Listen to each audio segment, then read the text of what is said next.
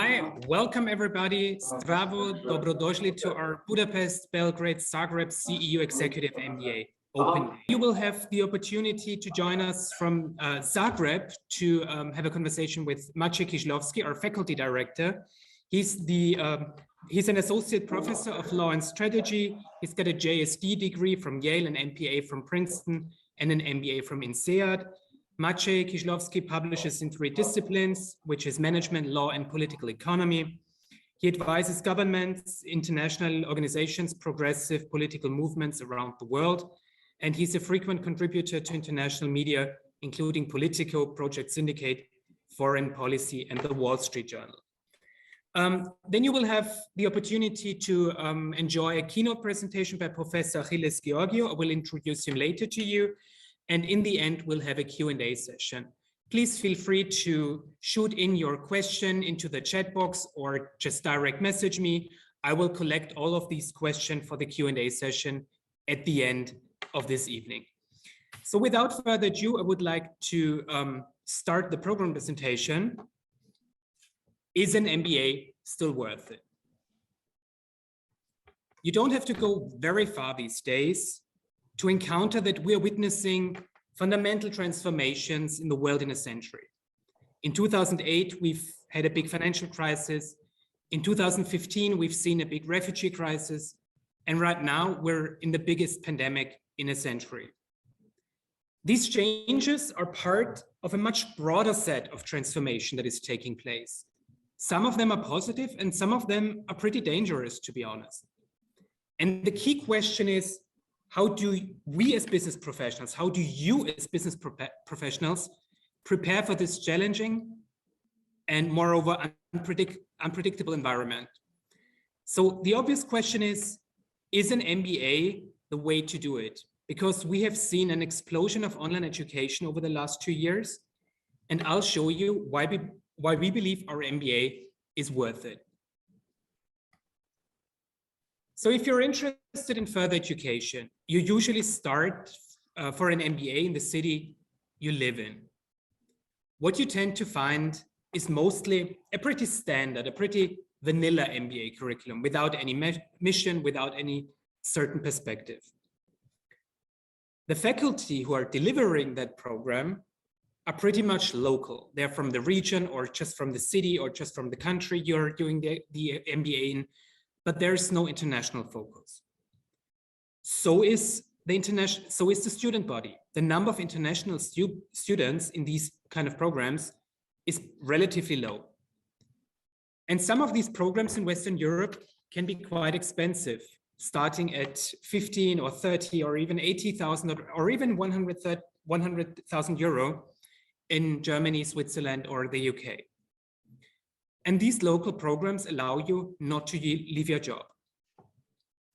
If you contrast that with the top business schools in the world, mostly in the US or in the UK, they often have a very differentiated curriculum. They offer a certain expertise, a certain perspective, or even a mission. Because of their full-time format, most of these universities have a full-time format, their student body is international actually. But you're leaving the labor market for 1 or even 2 years, which is another financial burden in addition to your tuition.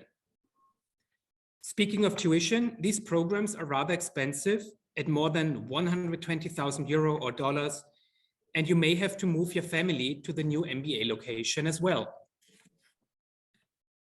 So what we do at CEU is to offer the best of 2 worlds.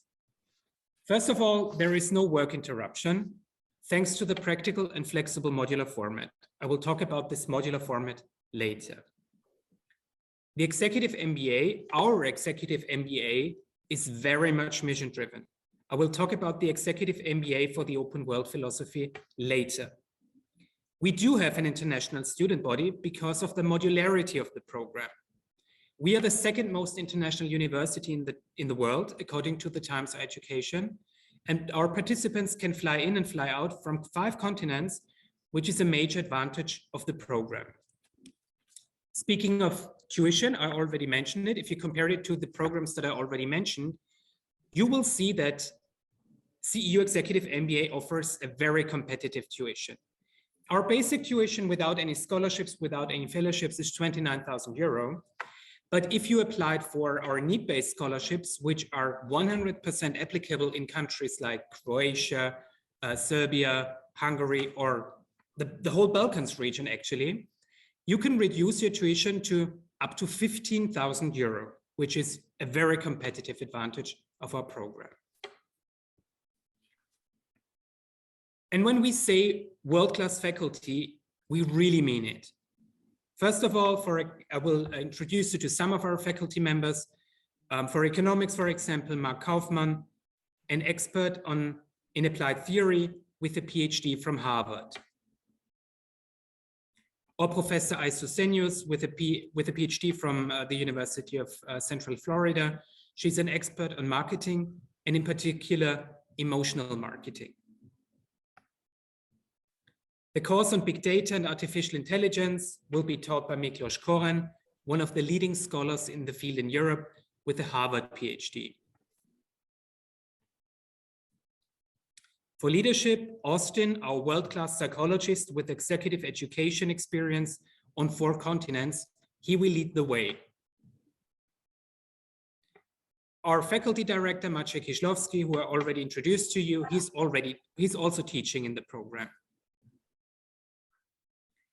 And if you're new to finance, Joy is a uniquely gifted educator.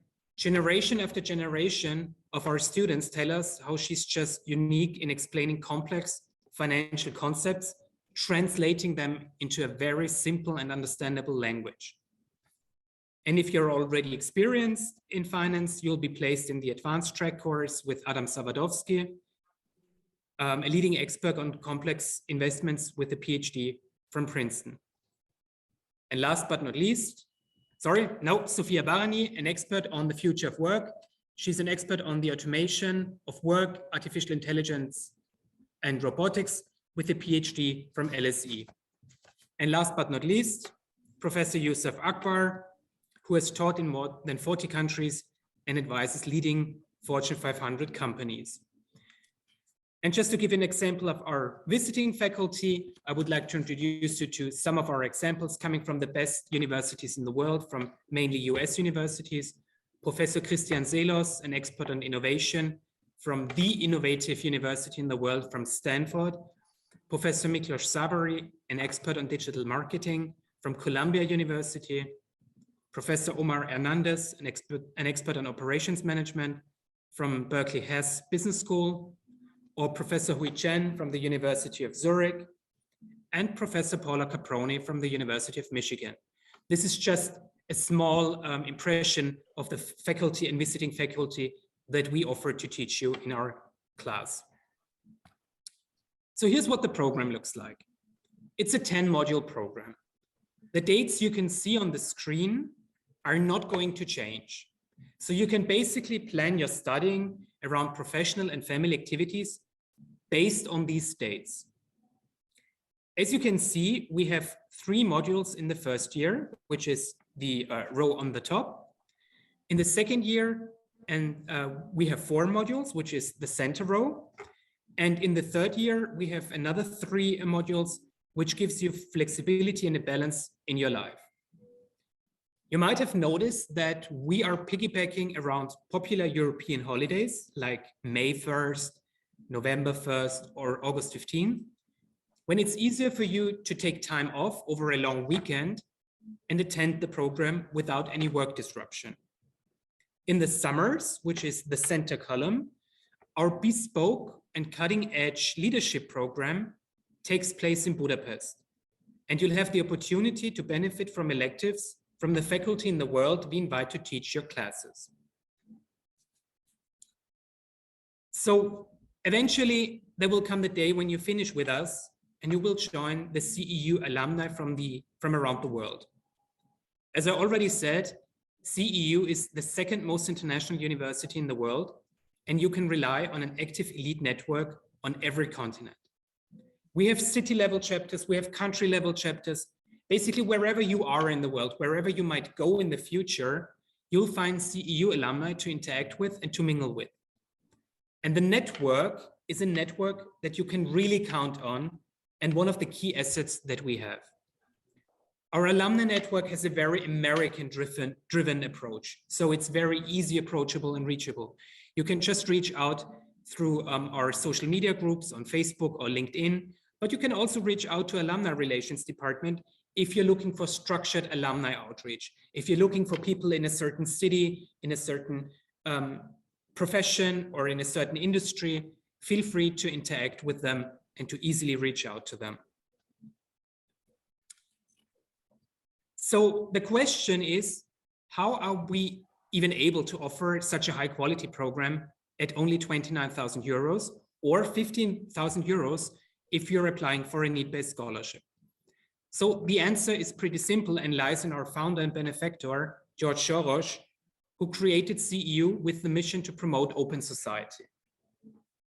Just recently, George Soros made a further contribution to CEU's mission by offering another billion with a B dollars in endowment to create the Open Society University Network, which means we are the best financially endowed university in Europe. So what does the executive MBA for the open world mean? What makes CEU so unique compared to other programs? First of all, when we talk about the open society, when we talk about open world, we mean skepticism towards dogmas, towards hierarchies and privileges, both in context of how we teach, but also in composition of our cohorts. Diversity is key for us to creating a successful program. And for us, it's not just an empty marketing catchphrase to create a colorful marketing brochure. For us, diversity, it's part of our DNA. Secondly, we believe in debate and radical rational thinking. Every idea can be challenged. We believe in facts and arguments rather than narratives and fake news, because it's narratives and fake news that create polarization in our societies these days. And we believe the best way to challenge this narrative-based discourse is to make arguments based on facts and realities, which is the hallmark of Karl Popper's definition of open societies. As you can imagine, we're fundamentally opposed to all kinds of discrimination, and we actively promote diversity within our program. And the way we finance the scholarship means we create opportunities for people who traditionally have not been able to actually join programs like this one. And we see managers not just as people who deal with businesses or resources, but we also believe that managers go beyond that. Whatever their profession is, whatever their position is, whatever their cultural or national background is, it doesn't matter if you're coming from the classical corporate world, if you're coming from entrepreneurship, if you're coming from NGOs, public sector, or the civil rights movements, we consider our managers, our participants, as positive change agents. So what does the CEU Executive MBA classroom look like? Currently, we have 65 managers with an average of 14 years of work experience, including a minimum of 3 years of managerial or leadership experience. As you can see from the background image, we use state-of-the-art classroom technology and setups in order to facilitate lively discussion and interaction in class. We make use of case-based learning rather than traditional lectures that you would find in local MBA programs. And we want to take you, experts in your specific field, from this level of functional expertise to the strategic level.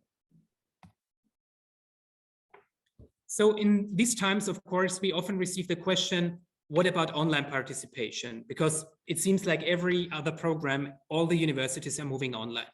Of course, we offer online experience, which is top quality, and every participant can choose to join online if traveling is inconvenient, or if there's an underlying health condition, or if you just want to attend a module online. In order to offer you the best learning experience, we have invested in studio-grade microphones capturing lecturers and all participants. Because you need to understand, from our perspective, education and teaching is not just a one-way street from the lecture to the individual student. It's a give and take also from the student back to the lecturer, but also among fellows and students themselves. We have invested in large screens and high quality cameras to capture every single debate and interaction in class. We have created physical virtual breakout rooms for support teams. You can see that the support teams that we have in our current cohort are color-coded, so it's easy for you to identify when you're in a Zoom module, when you're joining on Zoom, who belongs to which support team. And one thing that is really unique about these support teams is we're taking the diversity to the next level, because you will be placed in a support teams not with members of your same industry, the same country, or the same linguistic background. We want to proactively expose you to as much diversity as possible, because this is where the real learning kicks in. When you're exposed to different solution-making processes, to different decision-making processes, to different learning styles, to different styles of interaction and debate, you will actually learn more than just being in a group of like-minded people from the same industry, from the same country, from the same profession. So we have created personalized virtual backgrounds for you, so it's easy for you to identify debate in class. And we offer high-quality individual support on every level that you're with us. If it's just an inquiry about the program, if you're applying for the program, if you're in the process of enrolling to the program, if you're a current participant, or if you have become an alumni of the program, we are always here for you, and we offer high-quality individual support. So as I already said, basic tuition is 29,000 euro, but this means there are no financial or scholarships in this context. You are free and you're welcome to apply for scholarships. We have a need-based scholarship that you could apply for, so you could reduce your tuition to up to 15,000 euro. The tuition covers the whole programs and all credits. As I already said, there is an online option. If you want to, every participant can join online if traveling is inconvenient, or if you have any other conditions that prevent you from on-site education. However, just to be honest, we're straightforward about it. We encourage everybody to join on-site because there's no doubt about it. It's just the better learning experience. The direct interaction in class with your teachers, with your lecturers, but also with your fellows and us, with the program office, cannot make up for online education. We're just honest about it. And of course, the on-site education, the on-site experience also enables you to have lunch and dinner together with your fellows, to join social activities in the evenings, and to do some networking and build up your network, which can hardly be done online, to be honest. In order to defray your other costs, we have special rates. We have negotiated discount rates with partner hotels in Vienna and Budapest, ranging from the budget level to luxury. And we have negotiated discounts for flights with Lufthansa Group and Austrian Airlines to bring you to Budapest and Vienna at a lower price. So we invite you to join the open world. I strongly encourage you to apply as soon as possible, even though the application deadline is March 27, because we have a first come, first served policy. So it's clear, the sooner you apply, the sooner you can reserve your study seat, and the sooner you can basically confirm your scholarship or fellowship. So you're invited to book an individual one-on-one consultation with me to discuss your questions and optimize your application. If you have any specific questions that you do not want to talk about in this setting, that where you want individual advice, I'd be happy to book to have a one-on-one consultation with you. It can be easily booked through our website, or I will post the link to the booking system later in this chat. So it's one thing to hear about the program from us from the program office. I mean, it's clear that we're passionate about the program. We're so energetic about the program and so committed to it. But it's another thing to hear about the program from people who are actually doing the program. I think there's no better and more authentic feedback from current participants. And we have the honor of having invited Anita Jovic to the Belgrade campus here tonight. And she will talk about her motivation in a minute. Anita Jovic is studied business management and computer engineering. She's a business consultant and owner of Anado.io. She's the founder of Artificial Intelligence Serbia and co-managing partner of the Data Science Conference. Anita, thank you for joining us. If you could briefly introduce yourself to the audience, to the online audience, and to our people here in Zagreb and Belgrade, and just tell us about who you are and why you chose the EU back then. Thank you, Thomas, and thank you for inviting me. It's such a pleasure to join on the stage today. I'm Anita, and my background is combined in programming, so IT, as well as business management. I worked with blockchain companies, AI companies. I also founded AI Serbia back in 2017. So my main motivation was to collaborate with more international people and also to improve my finance as well as leadership skills. And I think the CEU MBA is the best way to do it. What motivated me is also module that you have regarding the data science and also innovation technology included. So you are keeping a track with happenings inside the industry, which is really highly valuable and also a great way to start your career as a leader, because you need to know anything today regarding the technology. It's just part of our everyday life. And that's it. Like, if you have questions or from the audience, I would love to cover it.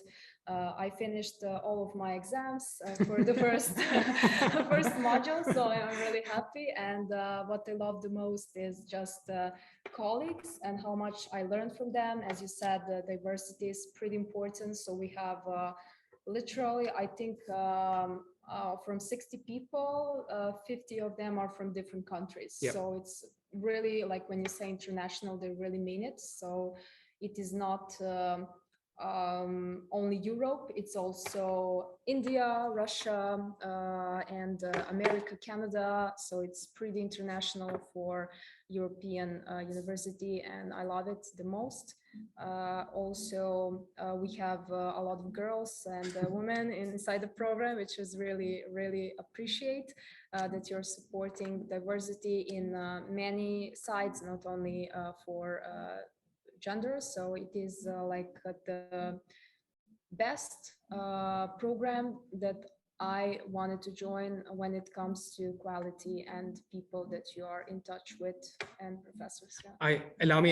I took some notes while you were talking about the key phrases that you mentioned. You mentioned some bullet points. You mentioned artificial intelligence and the modules.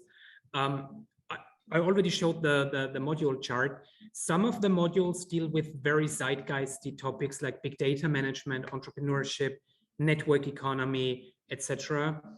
Because you would need, as a leader, you would need to take into consideration big data management when you're making a decision on that as well. You cannot just focus on numbers and balance sheets. You would only base your decisions based on facts and data. So this is how, this is another part that you will learn in the program. You also said the leadership issue. I already showed you the module chart, and 3 of 10 modules solely deal with leadership. So leadership has a very important role in our program. Basically, all the long summer modules deal with leadership, because this is where we think where you need improvement, because you're moving to this level. You're moving from the level of functional expertise to a strategic level, to a leadership level. And this is where you will need skills, no matter what your professional background is. And we are happy to provide those skills and the network. You also mentioned the international class. It's amazing that we have recruited people coming from 5 continents, even despite of a pandemic. I think this shows how much trust people have in our experience, in our experience and in our expertise, that people from as far as away as Vancouver or Vladivostok or India, or we even have 2 Australians and South Africans in the program, are committing to a program at this very challenging time. And we are, as I already said, the 2nd most international university. And I think this is being perfectly reflected, not just in the faculty body, but also in the student body. And the last thing that you mentioned is diversity and women. We proactively engage and empower diversity with a variety of fellowships that we offer. We offer a Western Balkans fellowship. We offer LGBTIQ fellowships. We offer a fellowship for managers with a disability. We offer a fellowship for the Romani ethnic minority in Europe, diversity fellowships in the UK and in the Netherlands and France. We offer women empowerment fellowships on the international level, but also on the regional level, like the MENA level in Russia, in Bulgaria, in Estonia, for example, just to give you a little impression of how we are actively engaging and supporting diversity. Yeah, just to mention, Sure. I'm also having a fellowship from CEU, so this was also the reason to join, because I was so honored that you offered me this opportunity. Sure. And it meant a lot for me, so I can restructure my finances and be able to participate. I'm really happy that I joined. And also what you mentioned regarding the diversity, it's also not only this part, but also diversity in backgrounds. So what I love the most is that we have people from leading managers in health tech companies, then we have people who are in aviation, then in like HR industry, in investments, etc. So you learn a lot from these people because they're having a different backgrounds, different insights, different way of thinking and process to make crucial decisions. So you're learning also from them, not only from professors, and this is the biggest value.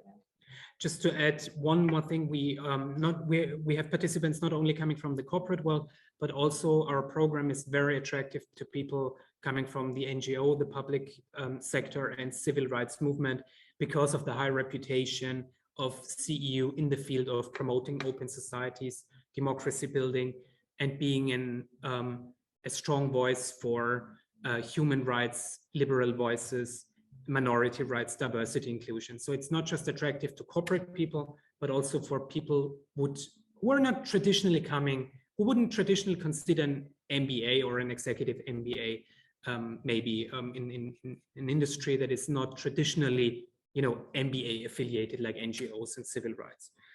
Anita, thank you so much for joining us tonight. Thanks for coming. I would like to move to the next part, to our keynote presentation with Achilles Georgiou. Achilles Georgiou is an innovation management expert and an inspirational speaker.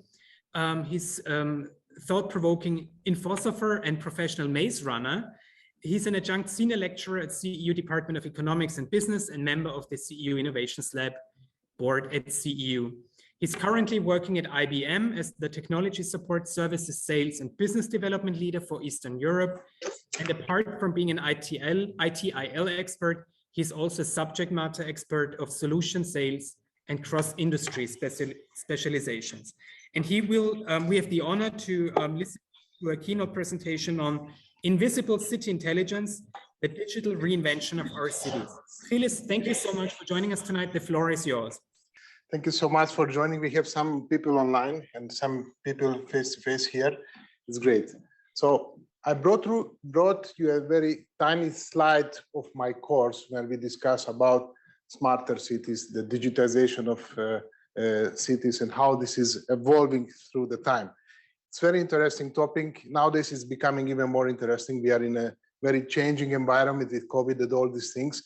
And this is, for me, like the essence of the course, where we can reach to discuss how technology is transforming the whole world, not only companies, because mostly we focus on business, but also what is the influence and what is the impact on generic things like cities. So how we are evolving in this direction.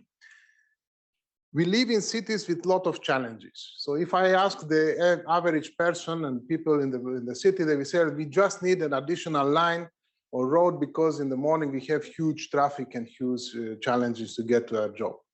Will that solve? Will that additional line of street will solve the problems which we have?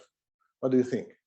No, because then after we work that out. Yeah, they're obviously not, and it has no impact, no really impact on the challenges we are facing in these difficulties we are facing on every day in the city where we are going in and out to get to our jobs and more. Technology is always evolving, and pulling the evolution of technology is pulling the evolution of cities as well. Let me take you back about 100 years or so. So 100 years ago, there was a famous quote.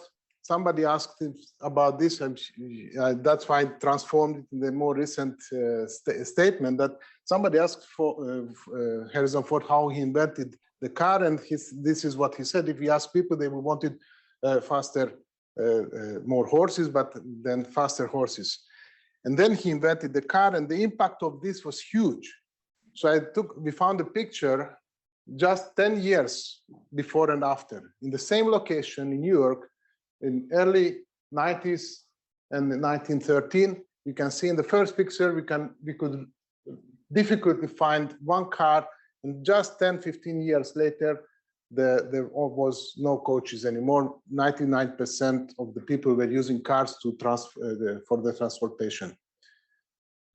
Can you imagine? A technology evolution has enormously huge impact on how the city has changed, how the whole world has changed there. And the impact was even bigger, because if you think about it, also the jobs connected to that in the city has changed and evolved and dramatically changed. So people who were dealing with horses, I would not say no, there were dirty jobs that were around that. They now moved to deal more with cars and how to organize the traffic in the city and so on and so on. So technology evolution has direct impact on city evolution, and this is happening also today. This is something we are facing every day in real life, and this is a continuous back and forward. Just in 30 years from now, there is a prediction that about 9 billion people will be on Earth, and out of that, 75% will live in big cities. Today, it's approximately 3.5 billion who are living in big cities. So the number is huge. Obviously, with the COVID situation now, this might change, and maybe the prediction might be impacted a bit, because we already feel that more and more people may move out of the city just to work from home and to find places where they can have better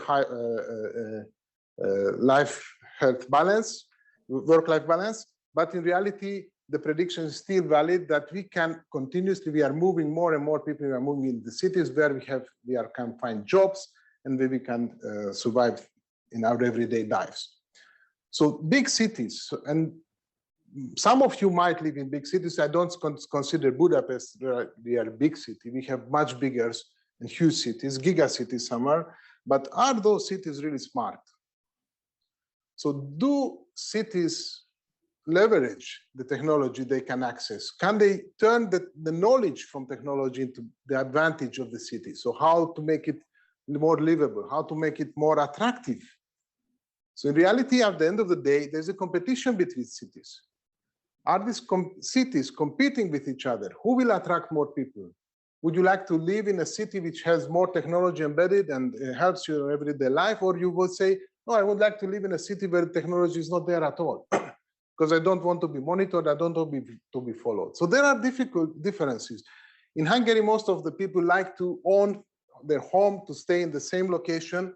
But in the future, we might become even more flexible. There are cultures where people, they don't really own their flat. They're flexible, they move around, and they might choose today I live in this city, tomorrow I go in another city.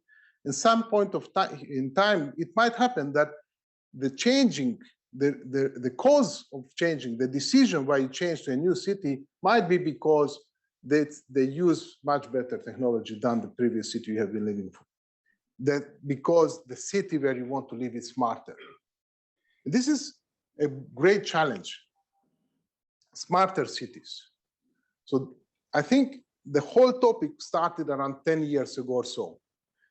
And we already feel that many cities have started going to on this journey, on this path.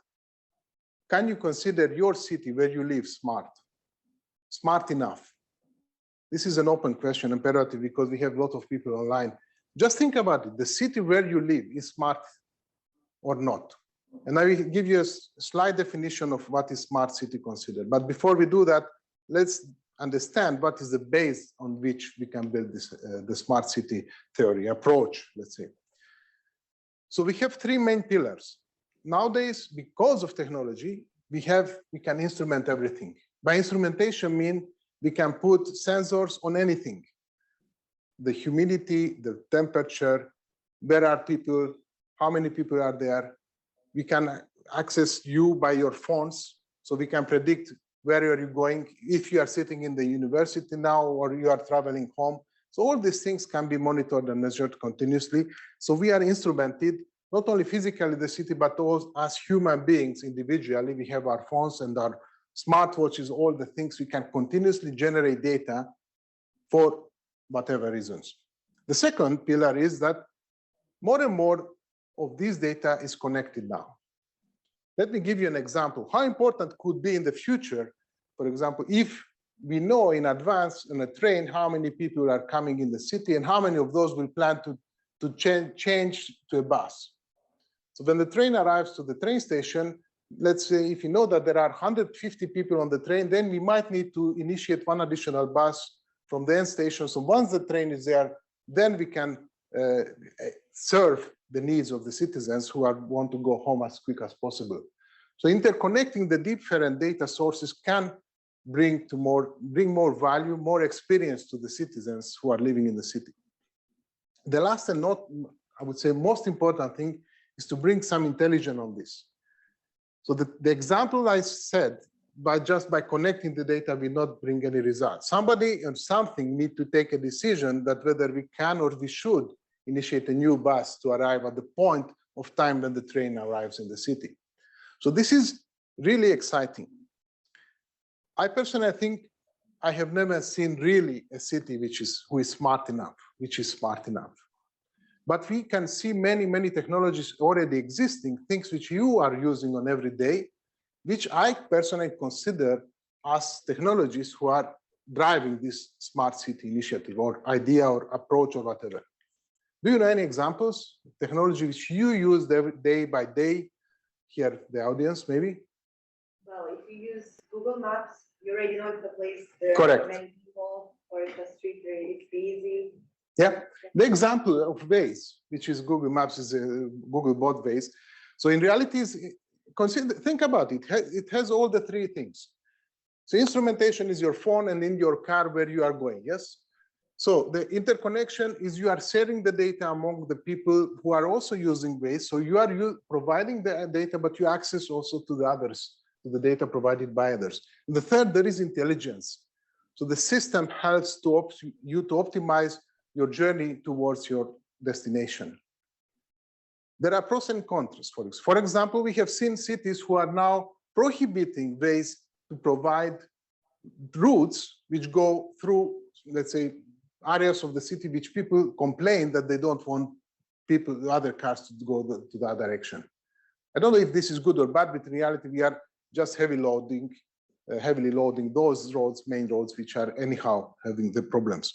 But there are other cities like Debrecen a couple of years ago, they did a cooperation with Waze, and they really rerouted the traffic of the city based on the data that they could access with the help of Waze, with the help of the people who were using Waze to drive through the city. So you can see both examples, and this is depending on the maturity of the people of the municipalities or whatever in the city, how they use the technology in advantage to reshape the city in a form that it becomes more livable and more enjoyable. So this is, I think, one of the best examples we all can feel in an everyday form. So just by having the phones in our pockets, we generate an enormous amount of data and information. Many things. I can predict or I can understand if a person is driving a car, is sitting in a bicycle, riding a bicycle, or going by foot to somewhere. By having heat maps and historic data, you can predict where he or she would like to go tomorrow at 8 o'clock in the morning, or most precisely where they be. So you can, generally, you can see the whole city, how it is moving around across the week, across the months, or you can create shapes and various information. Is this good or bad? I don't know. It's a great challenge. The possibility is there. The data is generated, it's instrumented. It can be interconnected. What is the level of intelligence we put on that? That's a great question. Because sometimes if you put intelligence on this, it can bring a lot of stupid things even. I'm sure you have seen this movie. And they have been doing studies based on data to predict if the next robbery where it will happen and who will be the person who will do that robbery. But this way, back and forward, we can even influence or put some stigmas on people who are living in the neighborhood. So you most probably you will be a killer. Why? Because you live there. Because many killers have been born in that city, that area of the city. So this is also that we need. It's not only that to put intelligence, but some cleverness on top of this. So not to do stupid things, because we can have side effects which can keep back. As the one which I don't know if you have seen this movie, but in reality this can become true. Overall, if you put all these things together, obviously we could talk about on this topic on ours. The smart city is one who uses the information, so generate the information, uses information in order to try to predict problems, to avoid problems before happening, and also to interact as quickly as possible. So if there is a huge traffic jam, can you reroute the whole city? Not just letting ways to send people around to different journeys or paths, but maybe you can realign the lights. Okay, let's put on this direction more green lights instead of having the red lights on the cross roads. Or anything, it can be anything if we use it cleverly and properly. My key message always, also for business people, but in this case, is more specifically, it's important that technology is just an enabler. Think about it. I have seen the opposite. Many people now, many countries or cities have started smarter city projects and initiatives, and for 10 years, nothing has really happened. Why? Because they stuck with the first two, maybe, pillars. They instrument everything. They spend enormously amount of money on technologies, monitoring systems. They might even imitate that they create some smart tools or processes or technologies, but they don't really apply the intelligence, and they don't return really the knowledge back to the city, to the wealth of the city. And this is why I think nowadays we cannot really see good smart city examples. We can see just initiatives which have never reached to the maturity which they could really generate some value out of it. Let's see my observation and my feeling. I wrote an article on this 2 years ago, just before the COVID, that how this can move to the next step. And what I see is we need to think more about in ecosystems. So ecosystems are the citizen, the municipality, and the companies which are living in the city or in the area could kind of collaborate in a form that they are they're having a symbiosis. So they collaborate to share and co-create the value for the city and for themselves as well. Let me show you some examples. There are various roles that different participants can play within this ecosystem. So the most tangible is the role of asset providers, of those who are providing the technology, the assets, anything which we can use in the ecosystem for creating value. The second group maybe we consider are the process providers who are ensuring the interconnection between the various players and to provide an end-to-end process to deliver the value. The third one, which I have it on the right-hand side here, is the platform providers who ensures the technology, not the assets, the tangible things, but more the knowledge and the platform which the information is going through back and forward and shared. And last but not least, we have the experience providers who are ensuring the best experience for the citizens in the city. this is not clear, yes? Let me give you some examples. Obviously, the examples could be endless, but let me give you some of my favorite ones. So the asset providers, you already could have guessed who are they. They are kind of companies like in Hungary, but also in other countries, we have different who provide the car sharing, the bicycle sharing, this roller sharing, or we have also smart benches or anything which are assets which can be used within the city. So this is one group. And as you see, many organizations are investing their money into this in order to change the way how cities living or working better. I show you some platform providers. The Hungarians probably will understand all of them. For example, but I'm sure Airbnb and Waze you all know. And then we have some other initiatives. I like the one which is a startup in Parku in Hungary, that they are sharing the parking slots.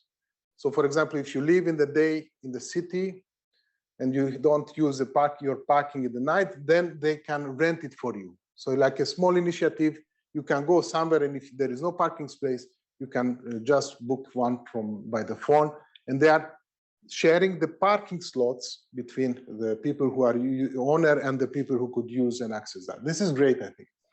On the left-hand side, or I don't know how you see online, we have the so-called process providers. For me, Uber is a great example, or Simple in Hungary, which is really provides process for various disciplines. But a good example is the transformation of NetPincer into Foodpanda. And definitely it's like a Foodpanda is moving even more to like a platform provider close to what Wolt is doing that. I will show you why I have put Wolt in the center.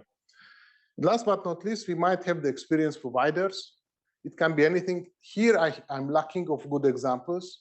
One of my favorite examples is Airbnb, is a Hungarian startup. I don't know how they are struggling now with COVID, but it was a couple of years ago they started what they do. You as the flat owner, you have your flat. You are the asset provider, yes? Then you have Airbnb, who is the platform provider to ensure that you can rent your flat to the individuals who are traveling in the city here. And Airbnb, the Hungarian startup, is a small company who jumps in the ecosystem or between these two, your flat owner and Airbnb, and says, if you are a flat owner who don't want to bother too much with your renting your flat, I will take care of that. Let me manage your flat in Airbnb, ensure you that you have high level of hit rates, likes and whatever, and I take few percentage out of the fee which the clients will pay for you. Great, no? This is a great example of an ecosystem. We have 3 participants, and I'm not even sure that if Airbnb, the big Airbnb, is aware that an Airbnb in Hungary exists at all. Maybe we can say it's a parasite, but in reality, no, it's an ecosystem. All players are satisfied because Airbnb is happy he can access, or the technology, the platform can access those asset providers who didn't want to bother with renting their flat, but the flat that they have it. And there is somebody who can also make some money out of it because they take over the cleaning, all the pains which the flat owners would not take care of that. It's a good example, no? I really like that. So why do you put Airbnb there and Uber and Foodpanda over there? They're doing the same, so the assets. They are doing similar, very similar. There is a main difference, and I will show you with Wolt why Wolt has moved there. With this, you will understand the differences, because one thing is to interconnect data, that's a platform. The other thing is to ensure end-to-end processes by payment, all the things. There are differences there. Let me show you the example of Wolt after this slide. So now this is what I explained you, that in an ecosystem form, the value is co-created. So the example with Airbnb is also in a smart city, happening in a smart city. Uber is happening in a smart city. So some cities are disqualified. So said, we don't want Uber. Why? That's several reasons. I don't want to go in that discussion. So the key message here is that the value is co-created, and the participation in an ecosystem is only valuable if you can make more out of it, rather if you have done something similar on your own. So that's why I say it's a symbiosis. So you co-depend upon each other. You are not just serving each other, but you create value together. Let me show you the example of Volt to understand this much better. So in case of Volt, we have the restaurants who are really providing the experience. Yes, restaurant makes food, tasty, delicious, you like it. That's the experience you are looking for, to obtain, to have it at home. Then we have individual couriers. Food delivery is done by individuals who spend their time, their assets, their personal assets. In the future, it might happen that they might use the assets from another provider. Maybe they use the car sharing to take foods at home, or it can be even more crazy combination. And then we have the consumer on the end of the day. So this is an ecosystem. What Volt does in this? Volt provides a platform to ensure the connection between the restaurants, the food carriers, then the consumer who is on at the end of the road. Yes, I have 1 minute still, so let me finish that. And as I said, platform provider is Volt, and they ensure the end-to-end accessibility. And who knows, in the future, you as the consumer might become member of the ecosystem by actively providing your data backwards. One example, if you have a very nice recipe from your grandmother, you give it back to the ecosystem, and some restaurants might start producing that food, which goes through the ecosystem, and you might get some money out of that. Just a crazy thought. Who is the orchestrator? In this case, the orchestrator in a smart city should be more in the municipality level, something that I personally miss. So that's the problem with most of these technologies, that they are developing independently, but they are not really sharing the value, and they are not co-creating value. In a smart city, the co-creation should be done in something like that. So we have all players. It's either it's public or private or whatever. We can categorize in 3 levels. We have those who are ensuring the infrastructure, the bottom line, the base on which you can build all the other things. And then we have a layer in the middle, some examples here, who are ensuring the operation of the city. But these things will not work properly if the city doesn't have a mission, a vision, a strategy. And I challenge you to check if the city you are living in it, does the city has a strategy, a mission? I don't know about Budapest if we have a mission. And that's why we cannot create a real nice co-creation of a smarter city for the future. My last slide and I close. For me, whatever happens, I don't want to be pushed too much with technology. That's one of the mistakes people do, and companies or cities do. They expose that we have all the technology. I want the technology to be invisible, but to enable me the livable, to be in the city much more affordable, much nicer to be there, and still to get the benefits and to have all the benefits and the wealth coming out of these initiatives or the ideas in total. Okay, I stop now. Obviously, you understood that we could talk about ours and it could be even more interactive, but we have to continue with the Q&A questions. And I don't know, Thomas, if you have access or you could read any questions on the topic, or if you have generic. Achilles, thank you so much. I mean, it should be a sneak peek. If people wanted to hear more about your lecture, they should basically apply for Executive MBA. That's an easy solution for them to get more lectures like that. Maciej, please feel free to comment on Achilles' lecture. Oh, okay. Do you hear me? Hello from Zagreb. Yes, Maciej, hi, we can hear you. Hello, yes. Very, very interesting talk. Yeah, I probably will just comment because my comment may provoke a very long discussion, which is, you see, my problem with the smart city idea is that it is, you mentioned missing an orchestrator, but it's not even that. It's missing it's missing governance. Yes, it's missing the very difficult process of coming up with this mission and vision. It's not only that you don't have a mission or vision and some orchestrator can create it. I mean, you live, Budapest is the capital of a country that is as polarized as you can be. Yes, you have the mayor of Budapest and you have the prime minister who absolutely hate each other. Yes, and one is a liberal and one is a proud illiberal. Yes, so what should be the mission or a vision if we live in societies where people, you say, we increase prosperity, but how do we define even prosperity? Yes, what is prosperity? Is it more traditional conservative values, or is it more rights for LGBTQ people? Yes, I mean, all of this can be defined as prosperity. I'll give you one example. Yes, Hong Kong is often, one of the most supposedly well-managed cities, and everybody is now escaping because its COVID policies may be very clear. There is clear mission, zero COVID.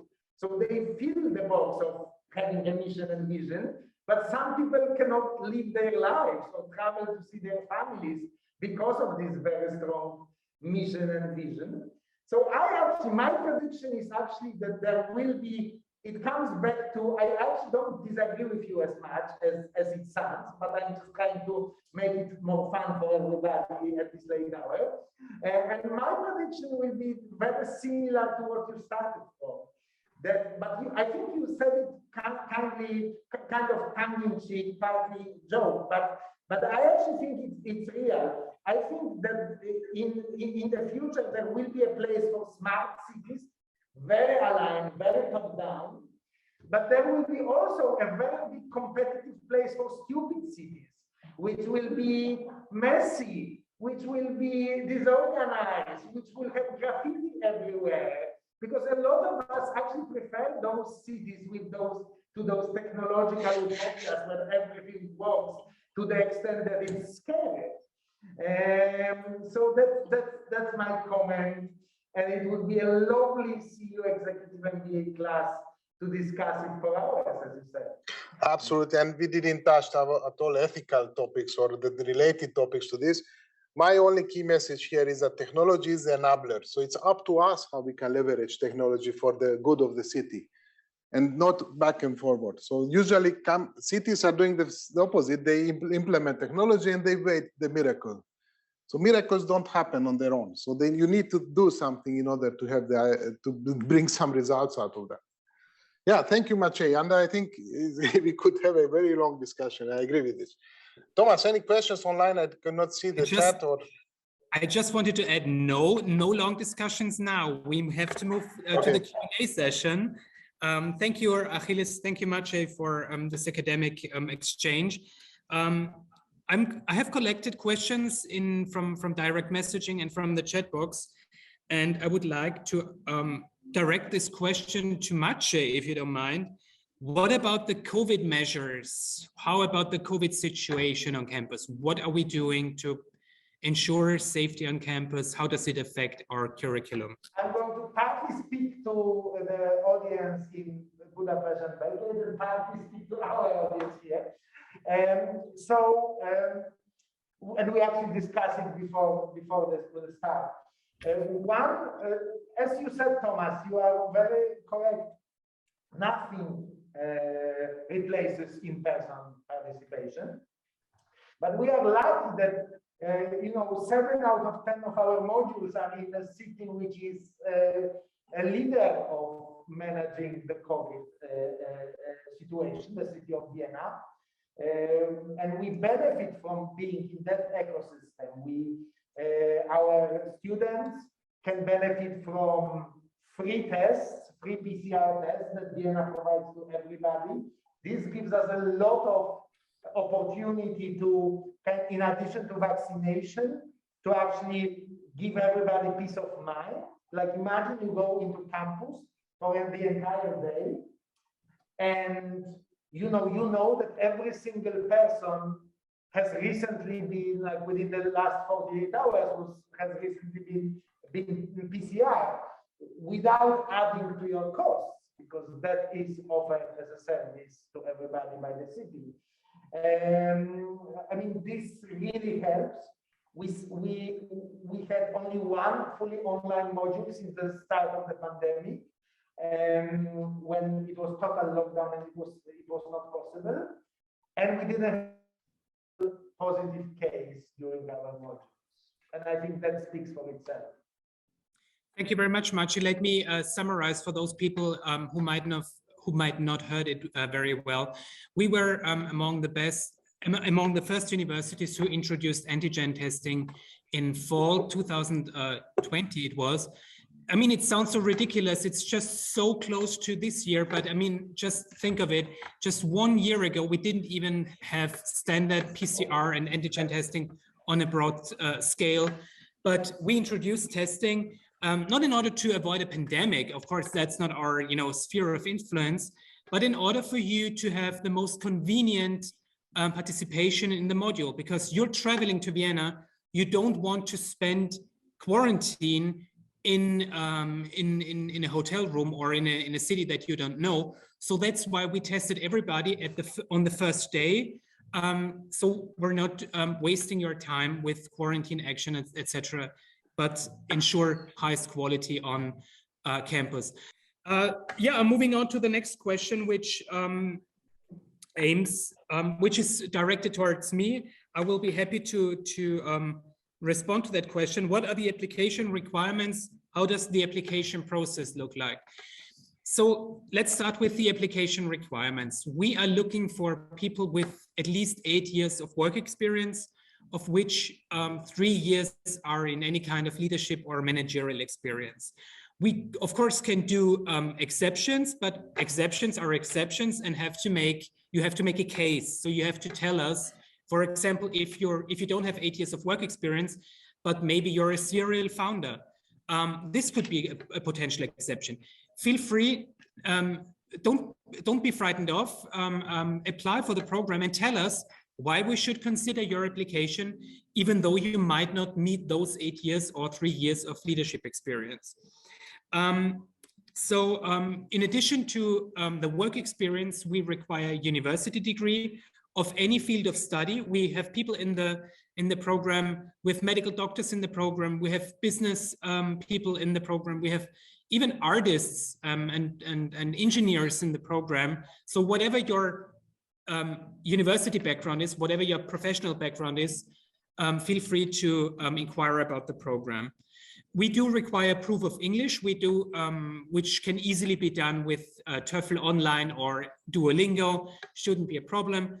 Of course, people with mother tongue English or native speakers or who have whose degree was fully taught in English, they're exempt from the proof of English, of course.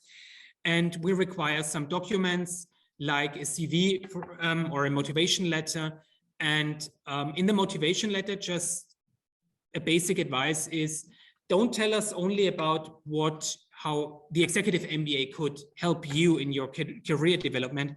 Also tell us how you would benefit others in class, how you would contribute to the whole learning experience. What are you bringing to the table?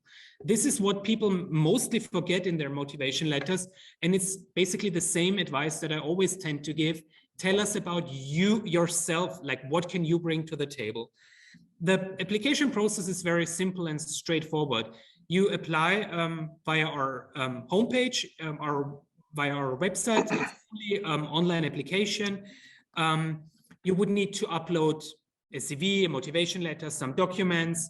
You create a profile that you would need to feed with data. And once you have completed and submitted your application, we will revise your application for completeness and correctness. We will get in touch with you if there's any documents missing. And assuming that that you meet all these criteria, you will be invited to an interview. In the spirit of open society, we are fully transparent, and you can check the questionnaire that we base the interview on. You can find the questionnaire on our website. So basically, you get a sense on your individual strengths and weaknesses, and you can better prepare for the interview. So for example, if you are lacking 8 years of work experience, you might come up with a good explanation why we should consider your application. Or for any other reasons, if you're lacking some other experience or any other criteria, feel free to check these criteria and to prepare for the interview. we only have this interview in order to get to know you. So we are just, we're not playing any mind games. We want to get to know you and your motivation, your personality, and your leadership style. And we're not going to ask you silly questions known from, stupid HR interviews. Sorry if there's any HR people present, but we only have this limited amount of time to get to know you. In view of the time, I would like to move to the next question for you, Maciej, because it's an academic question. Are there any exams? How does the assessment look like? And is there a thesis? Yeah, and by the way, if you will have some questions, I will respond after. So yes, good question. There are exams. We already saw our participant who just went through the exams. However, it's very important to say that the exams are not during the modules. So it's because we don't want you to waste your time when you come to the module. We want you to focus on exchange of ideas, learning. It's a very diverse group, not unlike sitting in a room writing an exam. You actually write exam between the modules during 10-day exam periods, and you basically use our course management system, online system, to start your exam at any point of those 10 days. You need to finish within 2-3 hours. You can't, break from this. So like once you start it, you need to finish, but it's at your time, at your convenience, whenever you want to do it. So that's exams. However, very important to say, most of our courses don't have exams. Most of our courses give you grades based on projects that you do in support teams. Thomas mentioned support teams. This is very unique because it kind of forces you, as Thomas very nicely pointed out, it forces you to work with people who are very unlike you. Yes, it forces you to work with people who are from very, very different backgrounds. And at the end, you actually get your final grade for the course, in large part based on this project. Now, a very interesting aspect of this is that your grade then gets weighted by the peer assessment. So you assess each other, you meet at the end of the project and say, okay, who contributed to this success or failure? Yes. And this also factors into the grade. The honest feedback that you give in the spirit of open society to each other. On the thesis, we don't have a thesis, we have a capstone. And what's the difference? Well, instead of writing a magnum opus that's going to gather dust on a shelf, we actually ask you to do something in the real world, and that's the capstone. And we want you to do 2 specific things to graduate from CEO Executive MBA. One is called the strategic analysis component, and it's basically using things that you learned during the program to solve a problem. To solve a business problem, to solve, some people even do it for social problems, or for reports on maybe even legal reforms. But mostly it's problems within businesses. Mostly it's problems within companies, within organizations. A marketing plan, a financial restructuring plan, something like this that involves analytical skills. That's one part. And the other part is the so-called leadership component. And that is a part when we actually want you to not only analyze, but actually do something, mentor something, implement a project, and share with us what you have learned in the process. So this is the CEU approach to the thesis. Thank you very much, Maciej. I would like to summarize it once again if people happen to not have understood it quite correctly. We're not going to waste, speaking of exams, we're not going to waste your time during the module with exams, because we're not inviting you to travel for you to sit in class for 6 hours to write an exam. You will be in an exam, which is intense. It's very exhausting, of course. It's very, it's a lot. We're not joking about it. But you will have the opportunity to take the test the exam, if there is an exam. We only offer exams in the quantitative courses like finance. I think it's only 2 modules, if I remember correctly, which have a written exam. You will write the written open book exam at your convenience at home in a time frame of 2 weeks after you have come home from the module. So again, you have full flexibility. You have control over when you are doing the exam. We're not going to waste your time during the module. When it comes to the thesis, we don't require you to write a thesis because we think that executives don't have, the nerve and the time to actually go back to libraries and, do research and sit in libraries and, work on papers that are going to be dust in libraries. We want you to engage in a more practical project, which is called the Capstone Project, which basically deals with a concrete problem or a concrete situation from your job, and you're supposed to apply the knowledge that you have gained in the program in solving or in describing that situation. And you will have basically time of 2 years to finish your capstone project, and you're not going to you're going to finish the you're going to graduate the executive MBA upon graduation, upon finishing the 10th module. There's not going to be a phase when you have to write a thesis or a paper after the 10 modules. You will be done with the 10th module, period. In view of the time, I would like to move on to the last question, which might be very important to some, to most of you, which is the question: is there any financial support or scholarships? And the clear answer is yes. We are happy to offer a variety of financial support, not just because of charity, but because we invest in your talent and we invest in your future talent. So we offer basically 3 streams of financial support. The first one is the Open World Scholarship, which aims at people who have achieved something remarkable, something outstanding in promoting our mission, in promoting our open society values.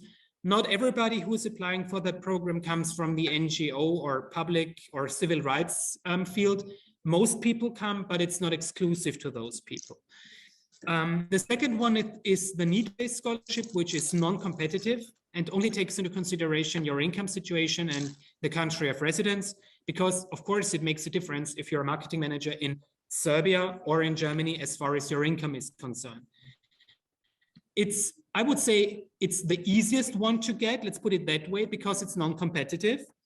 And the third stream is our country-specific merit-based fellowships. You can call them empowerment fellowships because they have the mission to empower certain groups of our society which have not been able to actually join our programs. For example, businesswomen. I don't have to tell you about the gender gap in our society. Or the Romani minority, they are underrepresented on the business and political level, LGBTIQ people, etc. Feel free to book a one-on-one consultation with me through our website. I've just added the link in the chat box. If you want further advice on scholarships and fellowships, this is not the best opportunity to talk about your individual scholarships, but the one-on-one consultations are the perfect opportunity to talk about your individual application and your scholarship options. So thanks everybody for joining us tonight. Thanks to the people who joined us in Budapest, who joined us on site in Zagreb, and who joined us on site here in Belgrade. Thank you for all the people who joined us online. Thank you, Anita, for joining us tonight. Thank you, Achilles, for your wonderful keynote presentation. And thank you very much, Maciej, for joining us from Zagreb campus. Get in touch with me. I would be happy to hear from you. Thank you very much. Have a nice evening. Bye-bye.